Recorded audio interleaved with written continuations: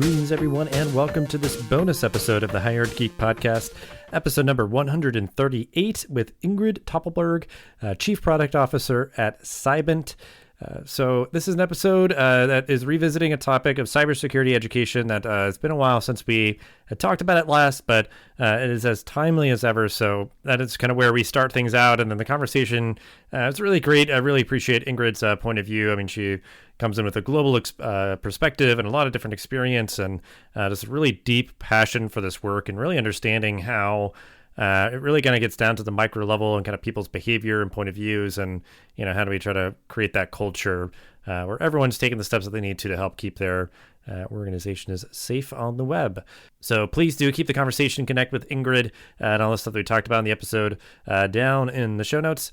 But thank you so much for listening, and please do enjoy this bonus episode of the Hire Geek Podcast, episode number 138 with Ingrid Toppelberg. All right, we are here to talk about a very timely topic, as it has been, I think, for several years now, and one that we haven't discussed on the podcast for a little while, but cybersecurity education, a really kind of hot button issue, a timely topic in our day and age here. So I'm just really excited to have some time and space to talk through it more. But we'll start out as we always do. Ingrid, if you want to introduce yourself and give a brief overview of your professional journey and how you got to be where you are today. Thank you. Thank you very much for having me here. I'm very excited. I am, as you may be able to notice from my accent, I'm originally from Argentina. I studied economics there. I started my career in finance and then moved to management consulting at McKinsey. I did my MBA at MIT in the US. Then I returned to McKinsey. Then I started traveling around the world. I moved to Singapore and to San Francisco, and finally back to Boston, where I had my own consulting firm specializing in EdTech and also in digital transformation. And about 2.5 years ago, I moved to Israel, where I live now in Tel Aviv. And I joined Cybint, which is a cyber education company. And I'm also the head coach for MIT Bootcamps, which is an entrepreneurship bootcamp run at MIT. Yeah, so I want to talk about the bootcamp thing kind of briefly as well, just because I'm very curious about it. But so yeah, I mean, you're at Cybint. Definitely, I've been hearing a little bit more about it, seeing some headlines that you all are kind of joining forces with HackerU and all that. You're doing great work. So just for folks who might not be aware, though, if you want to explain briefly a bit what Cybint does. Yes, definitely.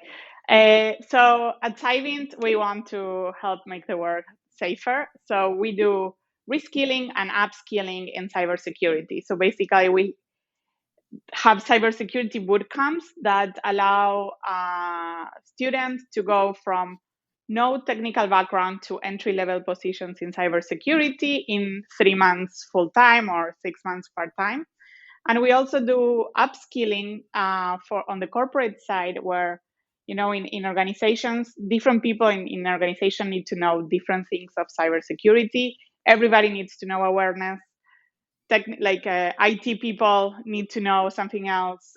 Developers need to know how to do their work securely.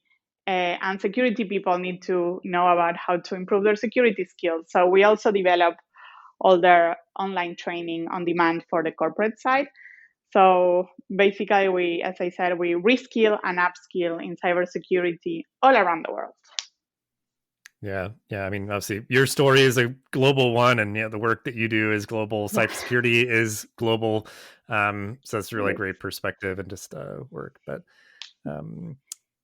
because I think we'll sit with this for a little bit, is kind of the past, present, future of your work and kind of how it gets done. So kind of speaking to that, maybe certainly in kind of the global scope of things, but just cybersecurity is a topic that just continues to grab headlines. Different breaches happening, and people needing to change all their passwords and all that. So everybody kind of feels it, but your work is trying to train the people to help protect the people, like you're saying, from these sort of threats and everything.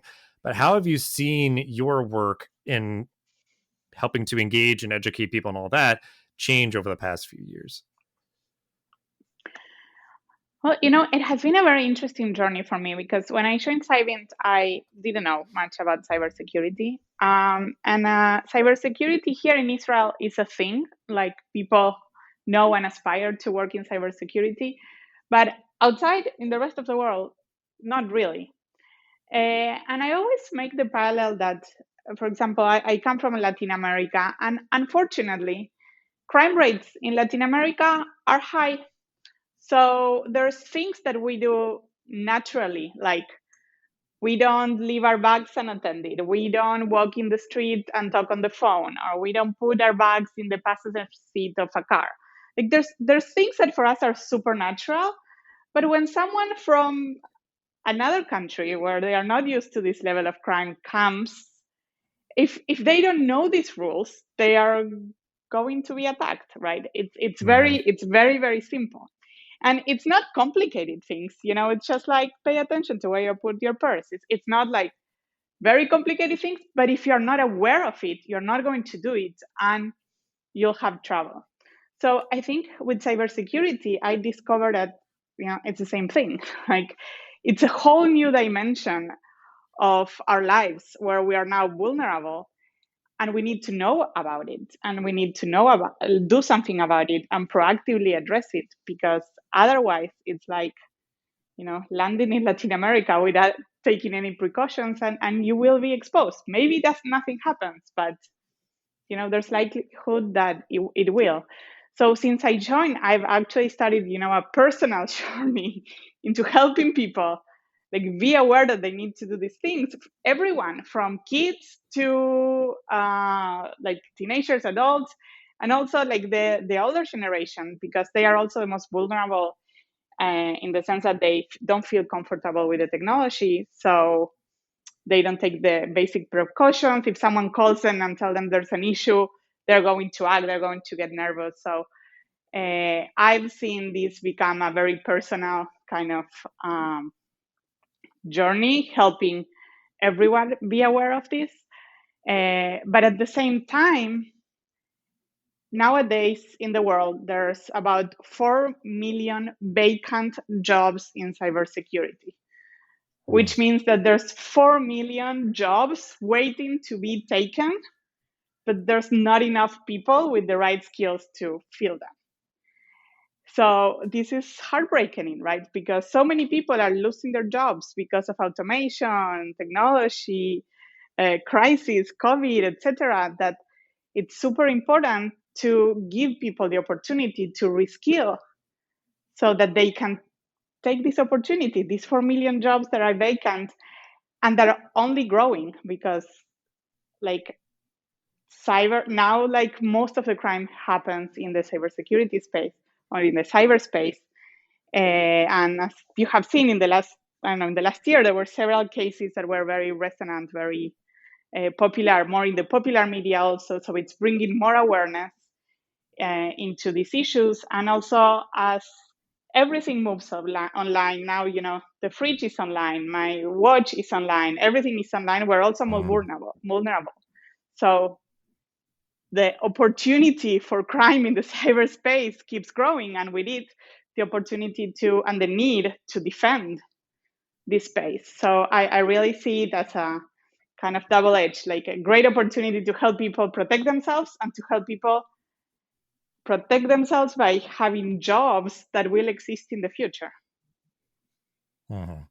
Right. Because like it, yeah, our lives are only going to continue to be more online. And I appreciate you mentioning that, just being like, yeah, I mean, like, because, I am always like, man, I'd really love to have more smart home stuff. But I think there is like subconsciously where it's just like, well, I mean, like, yeah, it's just a whole other layer of like, stuff that could be hacked and all that. But it's like, I think like when I want to invest in it, I want to do it the right way and being, safe and all that. But yeah, there's just more stuff there. And what my mind was going to is like, there's so many facets that have sort of evolved over the past year, that being one of them, just more sort of, smart enabled devices and everything. But then like, there's sort of like the macro, organizations like requiring two-factor authorization and like, encrypting things and like doing all this stuff. And then, yeah, trying to like educate the individual to understand why something like two-factor authorization is important and strong passwords and, things like that. And even like, and maybe you can speak to this just briefly, like, because in my experience too, where it's now almost like expected that IT professionals in organizations are trying to do that work. You're almost now like training the trainer, or like educating somebody who would then educate users in their organization of like, like don't click on that link in that email, even though you thought it was your like package getting delivered to the office or something, whatever. So like, has that kind of shaped a little bit more just what you've seen? Is that like you have to do like the technical piece with people that want to do this work, but also like they need to be prepared to help other people in their organization kind of do better when it comes to cybersecurity? Yeah, well, in general, organizations, what they do is that they have, this is called awareness. So these basic things, like the basic cyber hygiene that you need to know, like don't click in links in text or in emails, and change your password, etc. It's called basic cyber hygiene or awareness. And so organizations usually either develop their own training or hire a company to, like us, for example, to develop deliver their training.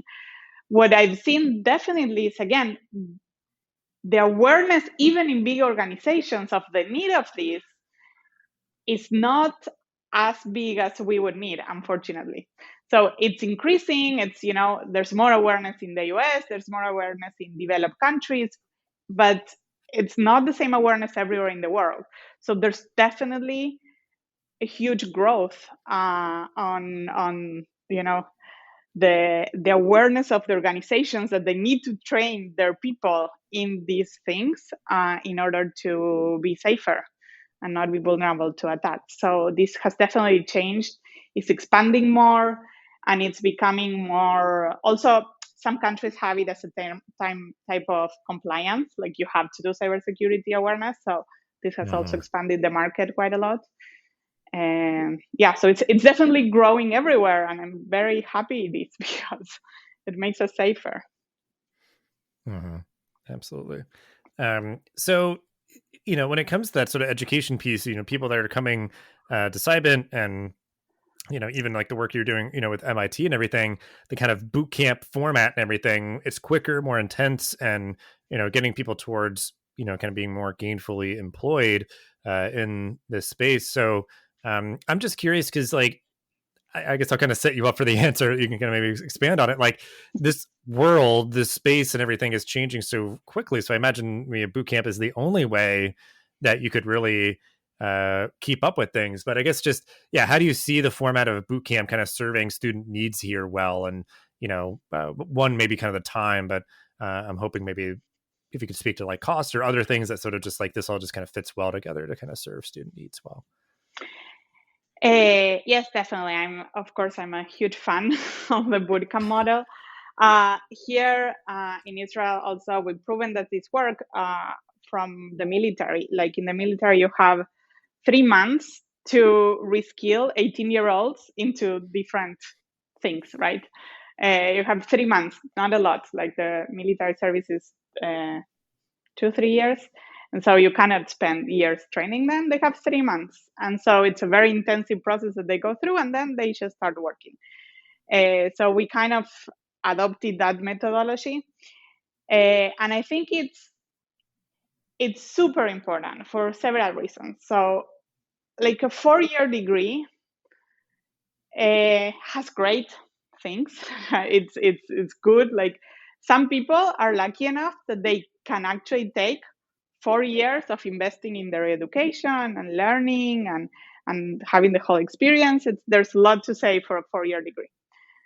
Not everybody has the opportunity to do that. It's expensive, it takes time.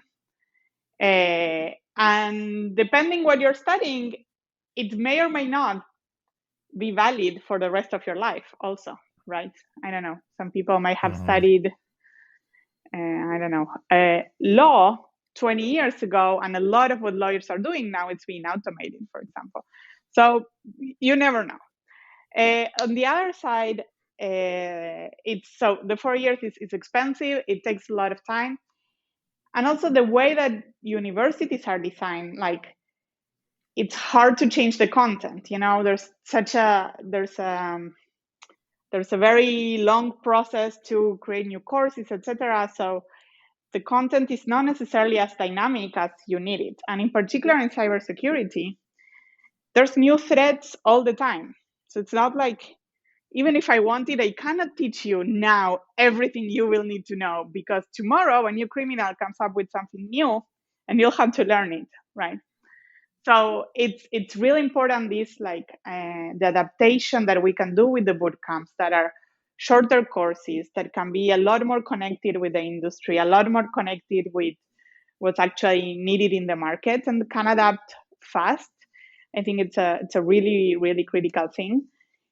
And then on the other hand, it's more appropriate for people who need to reskill, people later in their careers, that maybe when you're 30 or 40, you don't want to take a 4-year new undergrad or a 2-year master's or something like that. Mm-hmm. And you can do a 3-month boot camp in different topics and, start a new career.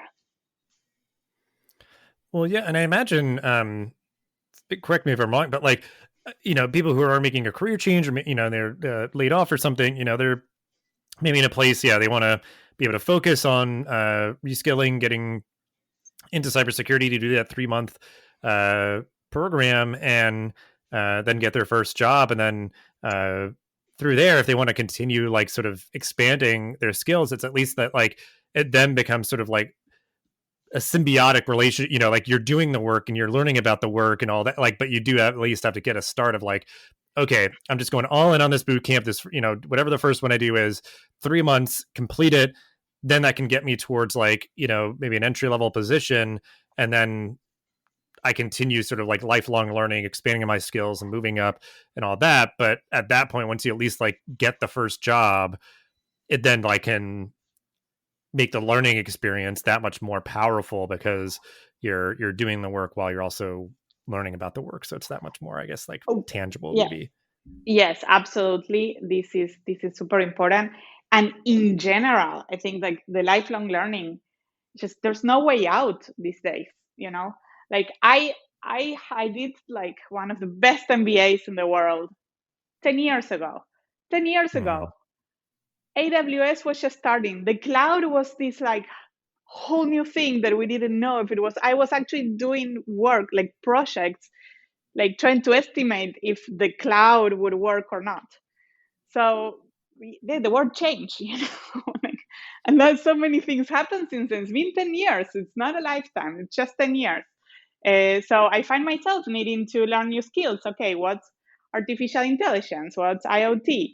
Well, the cloud, of course. Data, like there's so much that's changing. So by definition, I think with the lifelong learning is something that we just need to get used to. And one thing that we put a lot of emphasis on in our bootcamp is that skill to learn, because you need to know how to learn. You need to know how to look for your own answers. And these days, Google is your best friend, and you need to know how to use it smartly, because reality changes. And at the end, the only constant these days is change. So this skill, the learn how to learn, it's a really, really essential skill that we should all get used to. And none of us should be expecting like not to learn anymore, because it's just not going to work.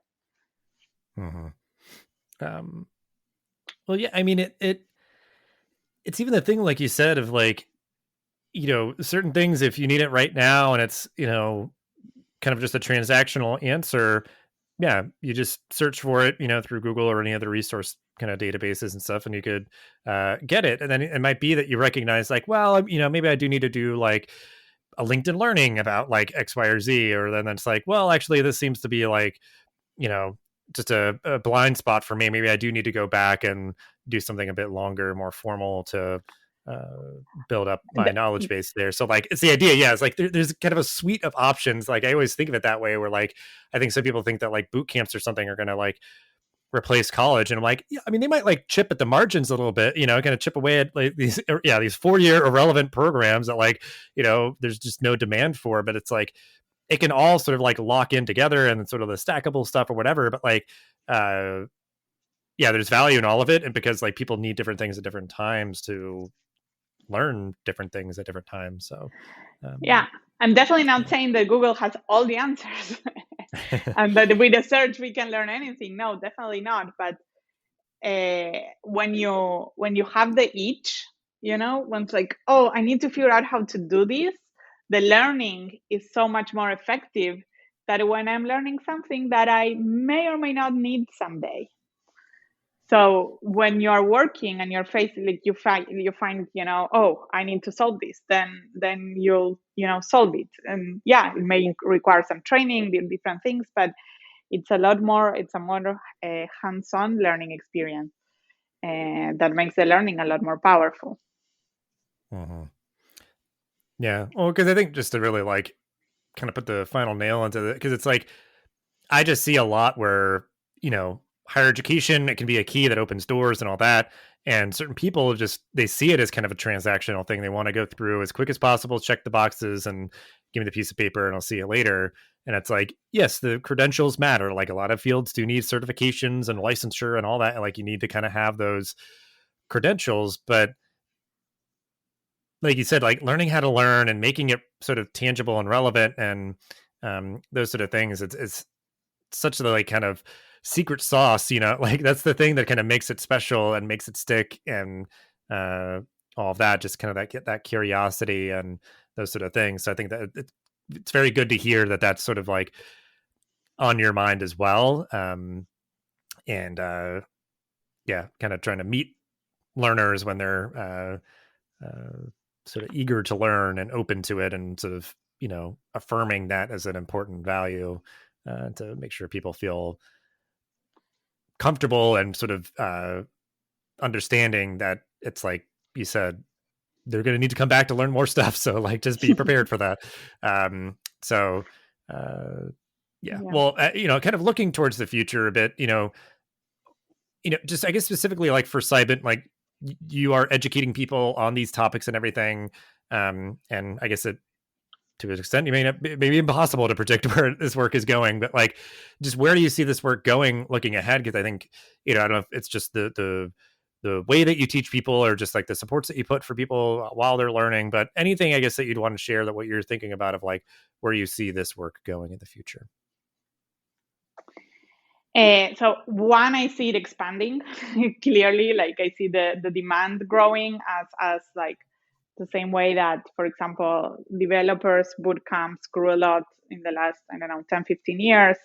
I see cybersecurity also starting to grow a lot because also cybersecurity, it's a lot more diverse than programming, for example. Like, you may have to be an investigator or you may have to be a defender. Like it requires a lot of different skills. So can be appropriate for a lot of different people.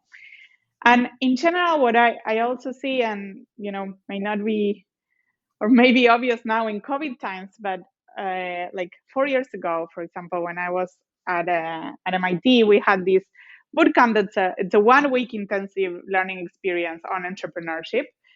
And then we had the online version, and the online version was different. It was kind of colder. Like the in-person version was super passionate teamwork, coaches, and it would like change people's lives. And the online version, not so much.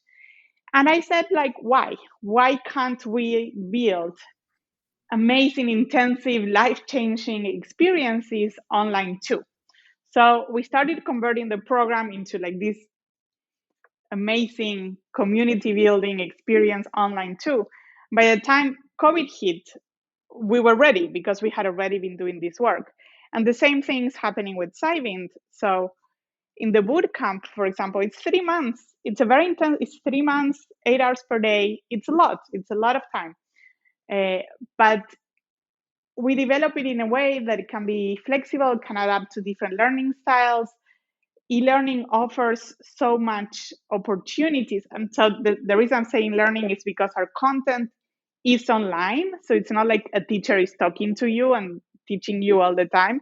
Our content is in our platform and we have all the practices in our platform, but it's with a cohort. You wake up every morning and you are with your cohort and you have teamwork, and then you go work on your own during the day, and then you come back in the evening.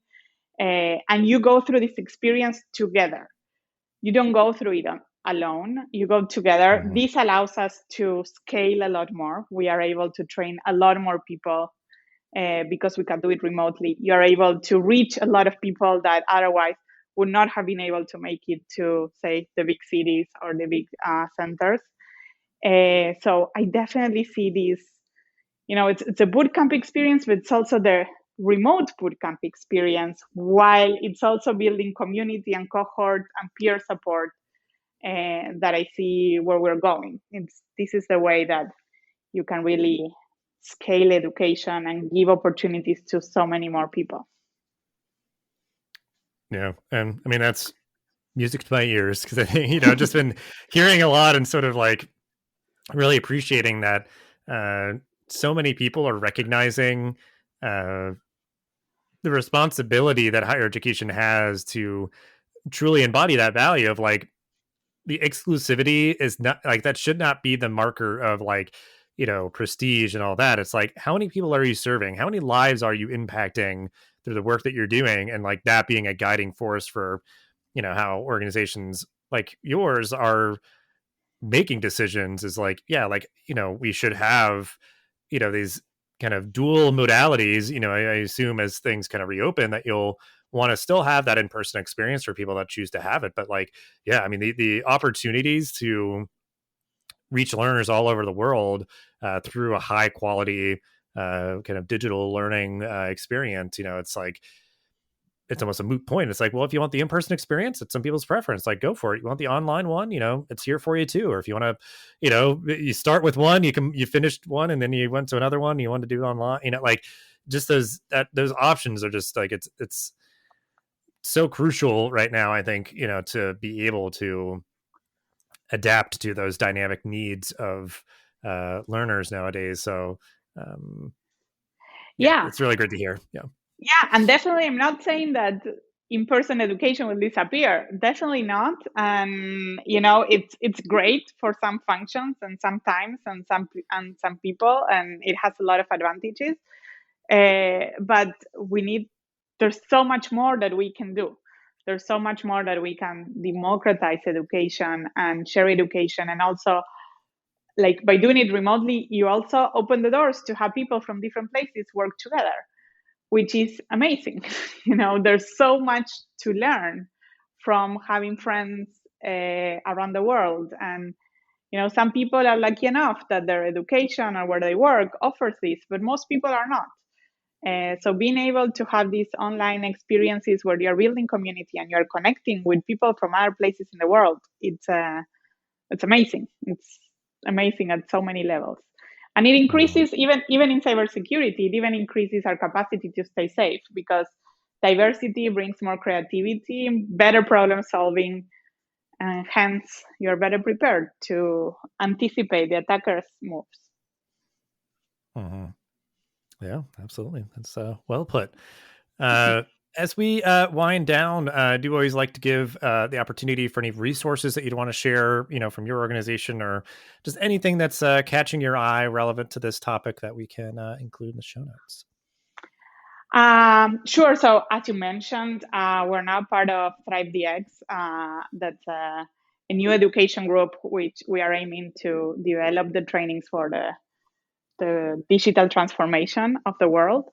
And we have one of these podcasts on the future of professional education with Sean Dageney Clark. That's really good and talks about a lot about the topics that we have mentioned.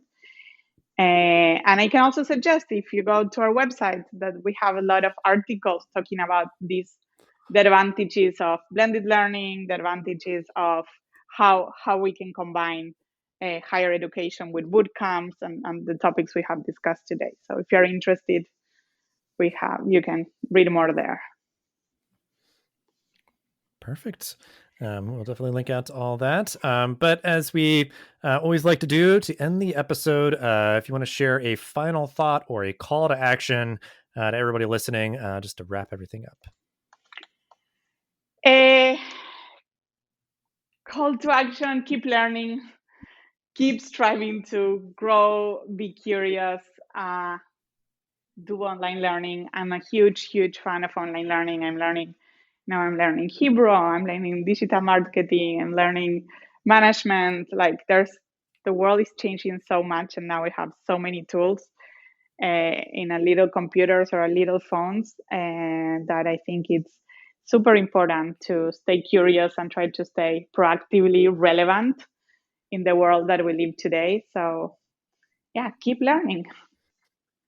Great. Yeah. Such a great final thought here and call to action. Because yeah, and I'll keep echoing it because like it really embodied one, just sort of like a personal fulfillment, but like I've talked about it in conversation with certain people and they were just like, oh my God, I had no idea like so much was going on. It was like I took a certificate in esports management from University of California, and it was 4 like short courses that were like, just a couple of months each. I loved it. Like I just got personal fulfillment of like engaging in that discourse and that learning experience. And then like, yeah, I'm like just talking about stuff like kind of, just freely, like it's no big deal. And people are like, I had no idea what like was going on. Yeah, we're starting an esports thing at our university, whatever. And like, I don't know, like it just felt good because I'm like, yeah, I'm learning. I know stuff. This is so cool. Like, because it's just like not everybody knows this. And it, can make you more competitive for jobs. It can just, wow your friends and family in conversation.